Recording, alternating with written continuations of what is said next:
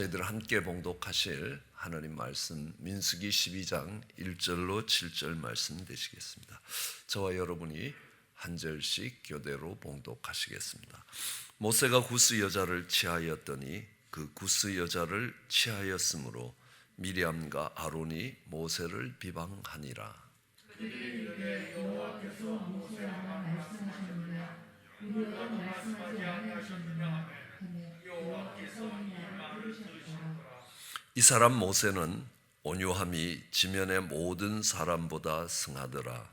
여호와께서 갑자기 모세와 아론과 미리암에게 이르시되 너희 상인은 평안으로 나오라 하시니 그 상인이 나아가매 여호와께서 구름 기둥 가운데서로 강림하사 장막문에 서시고 아론과 미리암을 부르시는지라. 그 두 사람이 나아가매 이르시되 내 말을 들으라. 너희 중에 선지자가 있으면 나 여호와가 이 성으로 나를 그에게 알리기도 하고 꿈으로 그와 말하기도 하거니와. 함께 봉독하시겠습니다. 내 종 모세는 그렇지 아니하니 그는 나의 온 집에 충성됨이니라. 아멘. 저희는 제자 훈련 가운데 지도자, 리더에 대해서 살펴보고 있습니다. 한 사람의 리더의 영향력은 어마어마하게 크다는 걸 알 수 있습니다. 히딩크 감독 한 사람이 지휘봉을 잡으자 한국 축구의 이 수준이 달라지기 시작하는 겁니다. 우린 그런 예들을 많은 곳에서, 많은 영역에서 찾을 수 있습니다. 리더는 그만큼 자신을 따라오는 사람들을 변화시킬 수 있는 영향력이 있는 사람들입니다. 특별히 이 영적인 리더는 그 영향력이 어디서 오느냐 하면 삶의 본을 보이는 데서 온다는 것입니다. 앞서간 사람이 어떻게 되는가, 우리 부모님들이 어떻게 신앙생활 하느냐라는 것들이 뒤에 따라오는 사람들의 본이 되기 때문에 그렇습니다. 본을 보이는 것입니다. 지금은 저희가 이 리더에게 나타나는 영향력들이 어떻게 나타날 수 있는가, 무엇 때문에 그런 영향력이 나타나느냐, 이것을 요인이라고 이야기합니다. 영향력이 나타나는 이유, 그것을 만들어내는 인자들이 어떤 것인가라는 것들을 살펴보고 있습니다. 우리는 이렇게 살펴봤습니다. 작은 일에 충성된 자가 큰 일에도 충성될 수 있다. 작은 일에 충성스러워야 한다는 것입니다. 그리고 우리는 소경된 자가 소경을 인도하면 다 구덩이에 빠진다고 우리 성경이 말씀합니다. 소경이라는 것은 앞에 구덩이가 있다는 사실을 모르는 사람입니다. 그러기에 다르게 표현한다면 영적인 지식이 없는 사람입니다. 영적인 지식은 배우는 데서 오는 게 아닙니다. 하나님을 경외하면서 오는 것입니다. 하나님이 눈을 열어서 보여주셔야 되는 것입니다. 그러면 그 영적인 지식은 하나님이 눈을 열어서 보여주신다 할 때 그 눈을 열어서 보여주신다라는 말이 리빌이라는 단어를 씁니다. 명사형이 레벌레이션, 계시, 묵시라고 이야기하는 겁니다. 그걸 우리의 입장에서 그것을 다시 정리하면 비전이라고 합니다. 하나님은 보여주신 것이고 우리는 보았다는 겁니다. 그러므로 리더는 그 지식을 근거로, 영적인 지식을 근거로 분명한 꿈과 비전이 있는 사람들이라는 겁니다. 우리는 지식만을 갖고 있는 게 아니라 지혜가 필요하다는 것도 잠언서를 통해서 배웠습니다. 그 지혜는 어떤 일이 이루어지도록 만들어갈 수 있는 어플리케이션에서의 이 지식을 지혜라고 이야기합니다.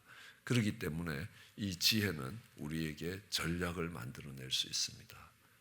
그래서 때로는 하나님이 지혜를 주시면 매우 창의적이 되기도 합니다.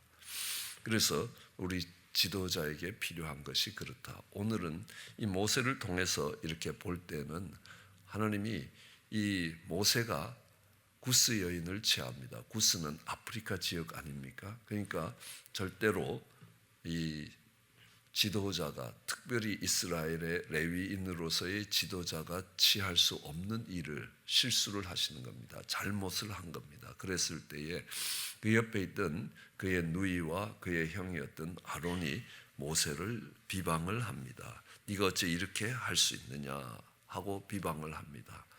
근데 오늘 본문 3절에 보면 이 사람 모세는 온유함이 지면의 모든 사람보다 승하더라라는 겁니다. 비방을 받을 때 모세가 아무런 반응을 보이지 않습니다. 그걸 우리는 온유함이라고 이야기합니다. 그럴 때 하나님이 불러내셔서 그 3인을 세워놓고 이야기합니다. 내가 정말 모세는 다른 사람하고 다르다. 다른 사람에게는 내가 꿈으로도 이야기하고 정말 세미한 음성으로 이야기할지 몰라도 모세에게 있어서는 그렇지 않다는 겁니다. 모세는 내가 친구에게 하듯이 그렇게 명백히 말하고 은밀한 말로 하지 아니한다는 겁니다. 하나님의 형상을 본다는 겁니다.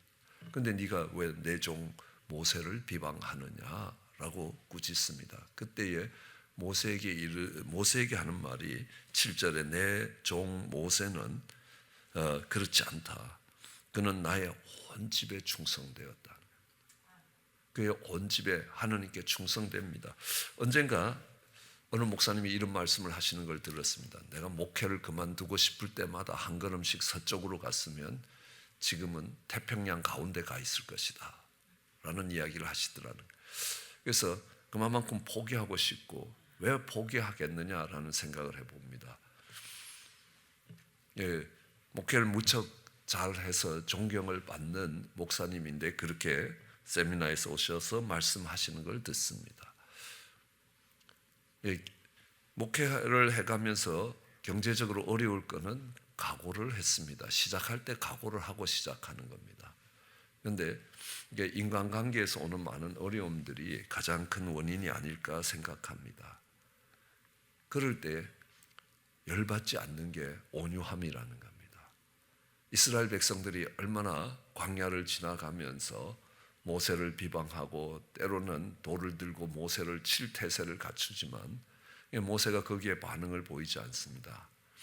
한번 열받아서 반석을 2번 치는데 그로 인하여 네가 약속의 땅에 들어가지 못할 것이다 라고 이야기합니다.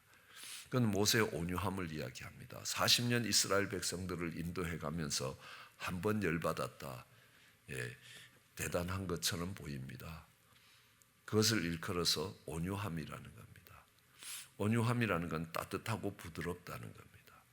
우리는 딱딱한 것들은 꺾이거나 구겨진다는 것. 우리는 종이를 쥐었다 놓으면 구겨진 흔적들이 있습니다. 그러나 부드러운 비단은 쥐었다 놔도 아무 흔적이 없습니다. 칭찬을 들어도 비난을 들어도 마음의 흔적이 남지 않는 사람을 온유함이라고 이야기합니다. 그런 온유함이 모세에게 있었다는 겁니다. 오늘 여기 보더라도 미리암과 아론이 모세를 비방합니다. 가장 아픈 순간입니다. 왜냐하면요, 거리가 먼 사람이 욕하는 것들은 비방하는 것들은 별로 마음에 남지 않습니다. 늘 내적 치유를 할 때 LA에 다녀오다가 시내를 다녀오다가 고속도로로 들어오기 직전에 국을 하던 분이 정말 이렇게 국을 하는데 동전을 주니까 오만 욕을 다 하는 겁니다. 이것도 돈이라고 주느냐고. 근데 그것 때문에 눈물 흘리고 가슴 아파하는 사람은 아무도 없다는 겁니다. 근데 그 말 중에 하나를 그의 아버지가 그 아들에게 했다면 그 아들은 평생의 짐을 짊어지고 가는 것들을 보게 되는 겁니다. 왜요? 가까운 데서 오는 충격이기 때문에 훨씬 더 크다는 겁니다. 만류인력의 법칙처럼요, 달은 지구의 6분의 1밖에 안 됩니다. 태양은 지구의 120만 배가 됩니다. 그러나 달에서 오는 충격은 지구의 바닷물을 흔듭니다. 그러나 태양에서 오는 충격은 거의 영향을 주지 못합니다. 왜요? 가까웠기 때문에. 720만 배의 충격이 들어와도 충격이 안 되는 것은 거리가 멀기 때문에 그렇다는 겁니다. 오늘 이 가까운 속에서 그 충격에 반응하는 모세를 보면요, 모세는 아무 이야기하지 않습니다. 그렇죠? 오히려 하느님이 그 말을 들었다는 겁니다. 그래서 이걸 보면서 모세의 온유함이 온 지면에 뛰어나다. 그는 이 리더로서 그를 따라오는 사람, 그가 이끌어 주어야 될 사람들을 바라보면서 이 리더에게 요구된 것이 온유함이었다는 겁니다. 그래서 온유한 자가 땅을 차지한다라고 성경은 이야기합니다. 그러나 그 온유함의 근거가 뭐겠습니까? 모세라고 우리와 다르지 않다는 겁니다. 엘리야도 우리와 성정이 같다. 성질과 감정이 같은 사람이라는 겁니다. 똑같은데 똑같이 화나고 똑같은데 똑같은 데서 실망할 수 있는 우리하고 전혀 다르지 않는 사람입니다. 근데 그가 온유할 수 있는 것은 그의 충성됨이라는 겁니다. 하나님을 향한 믿음입니다. 충성됨이라는 걸 다르게 하면 faithfulness라는 겁니다. 그는 하나님을 바라보는 것입니다. 왜요? 하나님이 내 머리카락 하나까지 헤아리고 계시다는 겁니다. 그러면 이런 과정을 지나가는 것도 하나님이 실수하셨기 때문에 저 이스라엘 백성들이 패역되었기 때문에 이 일이 일어나는 것 아니라는 겁니다. 여전히 이 일의 주권자가 하나님이시고 그 하나님의 주권을 인정하고 들어갈 때에 그때에 그에게 온유함이 나타날 수 있다는 겁니다. 모세의 믿음입니다. 그래서 히브리서 11장 6절은 이렇게 이야기합니다. 믿음이 없이는 하나님을 기쁘시게 못한다는 겁니다. 오늘도 내 삶의 작은 하나까지 정말 머리카락 하나까지 헤아리시고 계시는 하나님의 주권하에 있다는 그 믿음이 모세로 모세되게 했다는 겁니다. 그 200만이 되는 이스라엘 백성들을 이끌고 가장 힘들었던 광야 40년 길을 걸어갈 수 있는 지도자가 되게 만들었다라는 것들을 알 수 있습니다. 믿음이라면 또한 우리 하나님께서 그 영적인 지도자에게 요구하는 게 있습니다. 사랑입니다. 사랑은 뭐냐 하면 우리 복음서 제일 마지막에 요한복음 21장에 하나님은 모세에게 하나님의 양떼들을 맡깁니다. 그럴 때 묻는 질문이 딱 하나 있습니다. 네가 다른 사람보다 나를 더 사랑하느냐? 네가 나를 사랑하느냐라는 그 질문을 받았을 때에 베드로의 고백이 내가 주를 사랑하는 줄 주께서 아십니다. 그러니까 이 양떼들을 맡기면서 하나님이 찾으시는 조건이 하나 있었다면 사랑이었다는 겁니다. 하나님의 사랑이 베드로에게 부음받으면 그 부음받은 하나님의 사랑이 그 베드로를 통해서 흘러가게 되는 겁니다. 그 사랑은 우리에게서 어떻게 나오냐 하면 용서와 관용의 모습으로 나오고 있다는 것들을 알 수 있습니다. 그러니까 하나님이 은혜를 베푸십니다. 은혜를 베푸시는 이유가 하나님이 우리를 사랑하시기 때문이라는 겁니다. 그럼 왜 사랑하느냐? 우리를 긍휼히 여기시기 때문에, 우리를 불쌍히 보셨기 때문이라는 겁니다. 연약하고 부족하고 죄악에 넘어지는 허물진 인생이기 때문에 하나님이 긍휼히 여기셨다는 겁니다. 그리고 그들에게 용서와 관용을 베풉니다. 우리는 다윗이 하나님의 마음에 합한 자로서 이스라엘을 통일시켜가는 통일 왕국의 왕으로 세워질 수 있는 이유가 뭐냐 하면 다윗에게 많은 것이 있습니다. 그는 하나님을 향하여 갖고 있었던 것은 정직함입니다. 열왕기상 15장 5절은요. 하나님은 다윗을 축복하시는데 그 만대에 이르도록 축복을 하십니다. 그러면서 이야기하는 것이 다윗이 햇사람 우리아의 일 이외에는 나에게 정직하게 행했다는 겁니다. 우리아의 일을 제외하고는 다윗이 하나님 앞에 항상 정직했다는 겁니다. 다윗이 하나님의 임재 앞에 설 때의 모습은 정직이었습니다. 그러나 그가 정말 백성들을 향하여 갖고 있었던 것은 용서와 관용이라는 겁니다. 우리는 그것을 사랑의 표현이라고 볼 수 있습니다. 다윗은 어떤 대적이라도 그와 전쟁을 하며 싸웠던 어떤 대적이라도 하나님과 그 이스라엘의 날개 밑으로 들어올 때 그를 받았다는 겁니다. 남북으로 나누어져서 전쟁을 할 때도 그랬습니다. 그랬을 때도 이스라엘 군대를 이끌었던 넬의 아들 아브넬이 왔을 때에도 그를 받았습니다. 그런데 돌아가는 길에 요압이 그를 죽이게 되는 겁니다. 그 일을 기억하면서 다윗은 나중에 그의 솔로몬에게 이야기합니다. 그러니까 이 문제를 그냥 넘어가지 말아라. 요압을 정리해라. 요압을 죽이라라는 말을 합니다. 그 일 때문에 그렇습니다. 왜요? 형제들의 연합과 화평을 깨고 나왔기 때문에, 자신의 감정과 자신의 이익 때문에 형제들의 연합과 이 하나됨을 깨뜨렸던 요압에 대해서 그는 죽을 때 그렇게 부탁을 하는 것들을 보게 됩니다. 그 외에도 이 다윗은요, 그가 왕이 되었을 때에 대부분 그 시대의 왕들은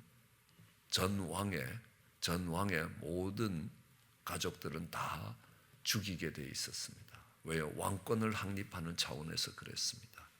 우리나라도 이 고려가 망하고 이조로 넘어오면서 왕건으로 세워진 고려 왕조에서 왕씨들은 잡히는 대로 다 죽었습니다. 그러자 왕씨들이 사람 인자를 그 위에 해서 이름을 전씨로 바꿨습니다. 그 다음에는 전씨들까지 족보를 조사해서 죽이기 시작했습니다. 그러자 그들이 나중에 점을 2개 더 찍어서 김씨가 되었습니다. 이게 그냥 역사적인 사실입니다.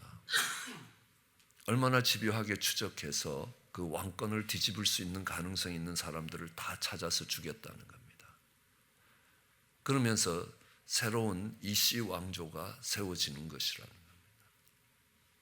그러게 왕씨, 그게 점 하나 찍은 옥씨, 점 2개 찍은 김씨, 그러니까 전씨, 많은 부분들이 왕씨에서부터 기원되었다라고 우리나라 족보학자들은 이야기합니다.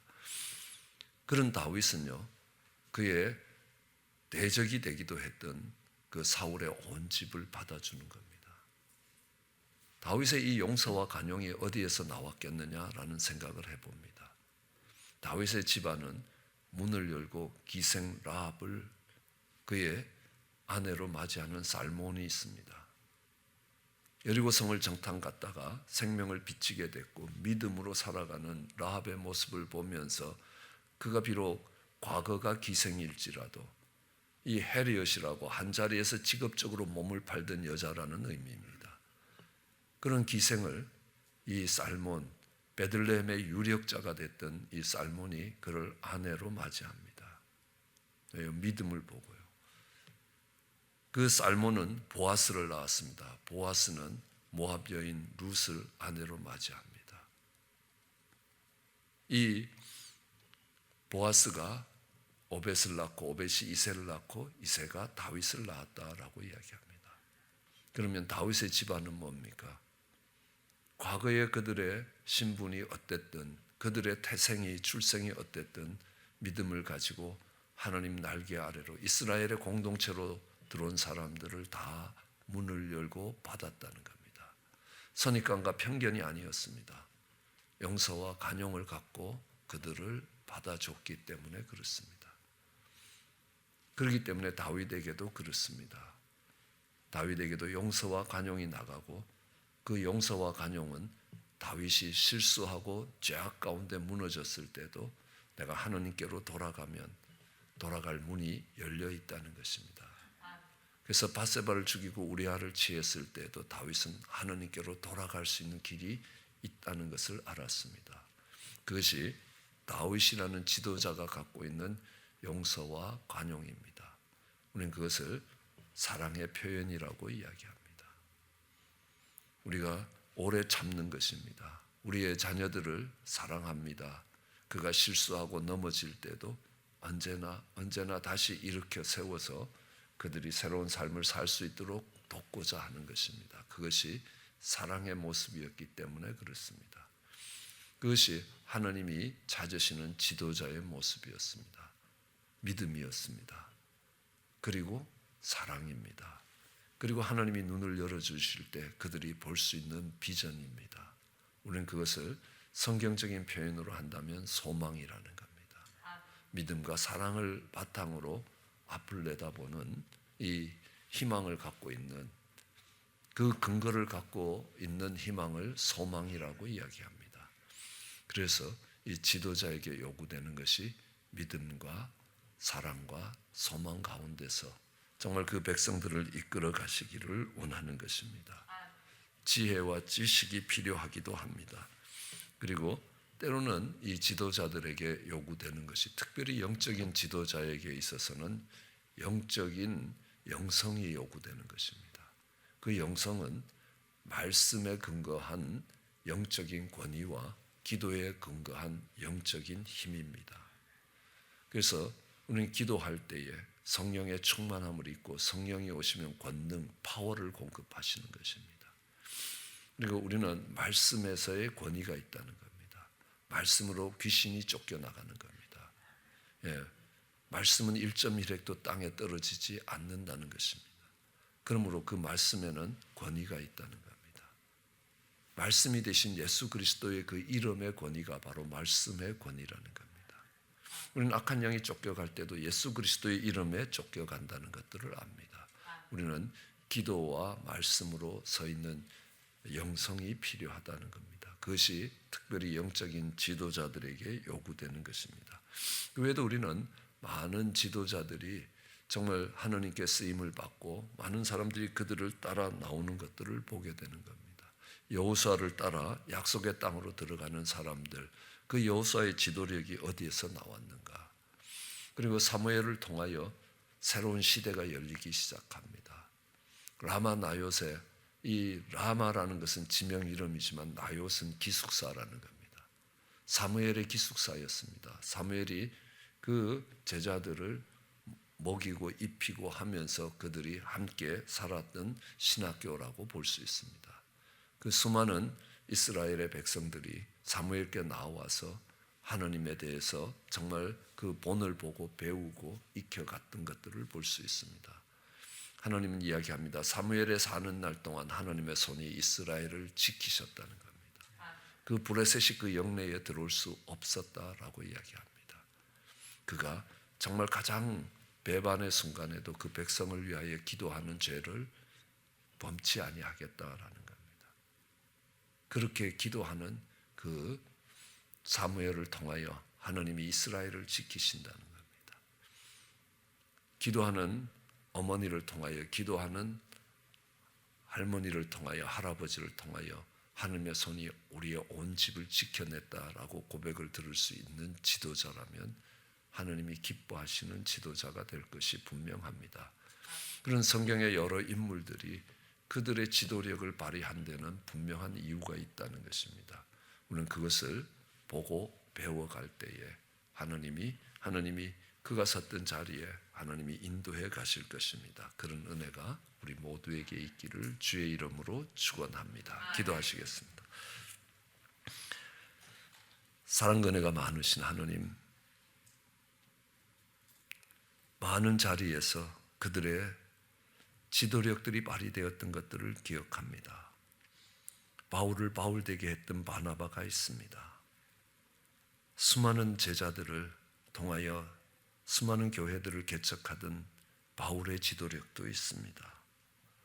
하나님, 무너진 예루살렘 성벽을 52일 만에 세워 올리는 느헤미야의 지도력이 있습니다.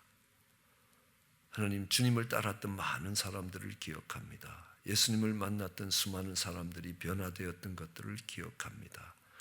하나님, 그 변화시키는 힘이 어디서 왔는지 하나님 배우게 하시고 익히게 하시고 우리의 삶 가운데 놀라운 하나님의 그 은혜의 사건들이 일어나게 하여 주시기 간절히 원합니다.